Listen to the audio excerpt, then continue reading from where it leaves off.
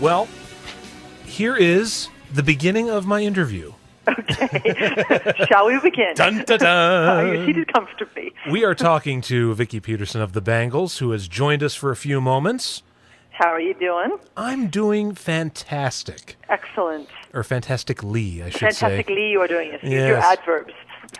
And there's a fantastically wonderful show happening very shortly in our area, Monday night at the Highline Ballroom right here in New York City. Absolutely. Oh, what's And the Bangles are destroying their hotel room or whatever. I'm actually in the foyer of a restaurant. Oh, okay. And a woman just walked in and tripped on the rain. And you know what? They were just playing Manic Monday. What do you think about that? Wow. The restaurant we were sitting at, we all started standing up and pretending like it was karaoke. It's going to... Hey, that's us. That's us. That's our song. Also, Wednesday, I should mention, Wednesday at the Stone Pony in Asbury Park. Yes, we're very excited about both those shows. So here's my question to you. One of several questions. It's been a long time since the last record, Doll Revolution. What was that, like 7 years ago? 8, but who's counting? You're right, 7, 8. Yeah, you know, So what prompted you to go back into the studio and come out with "Sweetheart of the Sun"? Well, I guess we just finally got around to doing it. You know, we've been touring sporadically ever since Doll Revolution, and it was just one day we were all on the phone and we said, hey, you know, you guys, if we don't actually just say the words, we're going to make another record, we'll never get around to doing it. So let's just do it. And then, you know, I guess that's how you actually get anything done. You just make that decision and then you start moving forward. And it's just, you know, it was just a kind of a funny thought, and then we started having really fun gatherings where we would play each other old demos of old songs that never had been paid attention to, and started writing some new ones. We did both for this record. So these are you know, there might have been a burst of creativity, and yet at the same time, these might have been tracks that had been sitting around that you never committed to a record. Absolutely, they're both. I see. And you know, I have to say, I mean, obviously, the Bangles made a name for themselves in the 80s, but I don't know if it's the production or what, but I like your more recent sound from the Double O's. Well, that's awesome. Yeah, you know, they don't sound so 80s in a weird way. Yeah, well, you know, the Bangles never really did, though. That's the strange thing, because the Bangles, you know, as I said, made your name in the 80s, and yet you sort of exist in this Bangle bubble. You know? Yes, we call it Bangleonia. Bangleonia, that's right. Yeah, the DVD. Sort of a state of mind. Yes, it was a state of mind. And you also worked with Matthew Sweet on this new album, Sweetheart of the Sun. We did. We started the process with Matthew, actually, at his studio, and started and recorded most of the tracks, most of the drum tracks there. Kind of did some of them sort of White Stripes-ish. It was just Debbie and me. It was like guitar and drums. We tracked several songs that way and then fleshed them out from there, and then moved on to Susanna's home studio and my home studio, and kind of built the tracks. And it was a really fun, very collaborative process. And on top of that, you both have records out on the same day. Matthew Sweet has his new album. I know. How funny is that? Right. So it's pure pop heaven. This past Tuesday. It's been a great thing. So once again, I do want to mention again, Monday night, Highline Ballroom. Wednesday night, Stone Pony in Asbury Park.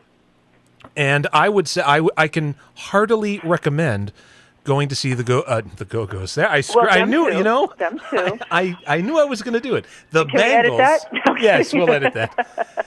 Highly recommend seeing the Donnas. No, I'm kidding. Exactly. Yeah. Definitely. Right? And then go see Heart after that. And then, exactly. Right. And Dusty Springfield. Recommend seeing the Bangles because on a whim a few years ago, you came around and you're playing Montclair. I was a casual Bangles. Yes. This is like Bangles Anonymous, this phone call. Exactly. I was a casual Bangles fan. And then I went to see you in concert. And as I sat there, it was like, wow, I recognize that song. Oh, I know that song. Yeah, I know that one. Hey, that's a Big Star song. Okay, now I know. Right. So then the whole process begins, and then you have to go back and get all the albums.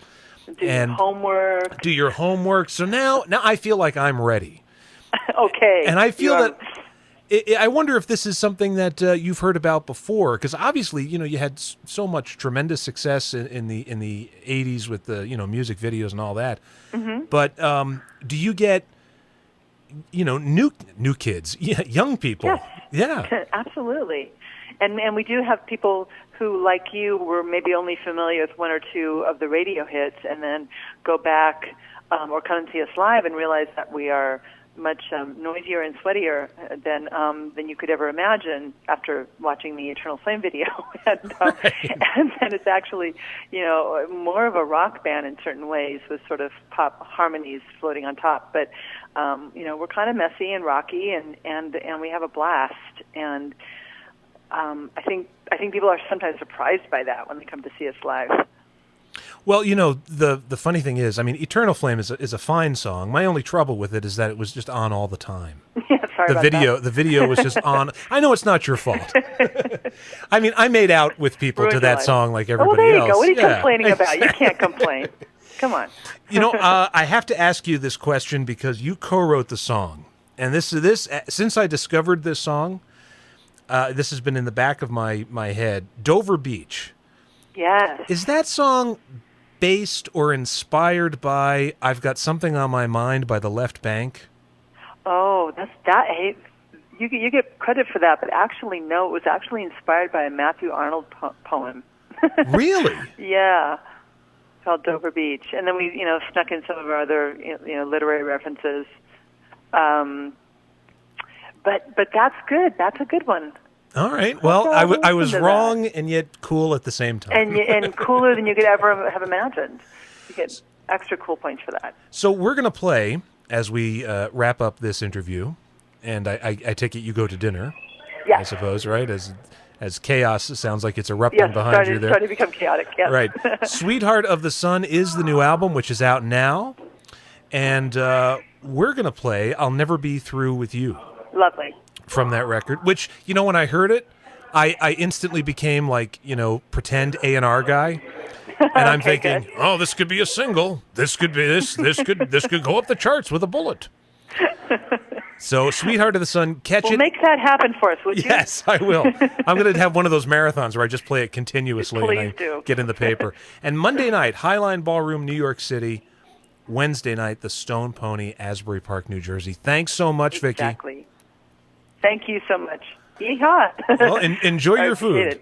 Okay, I will do. Thanks a lot. Bye-bye. Bye.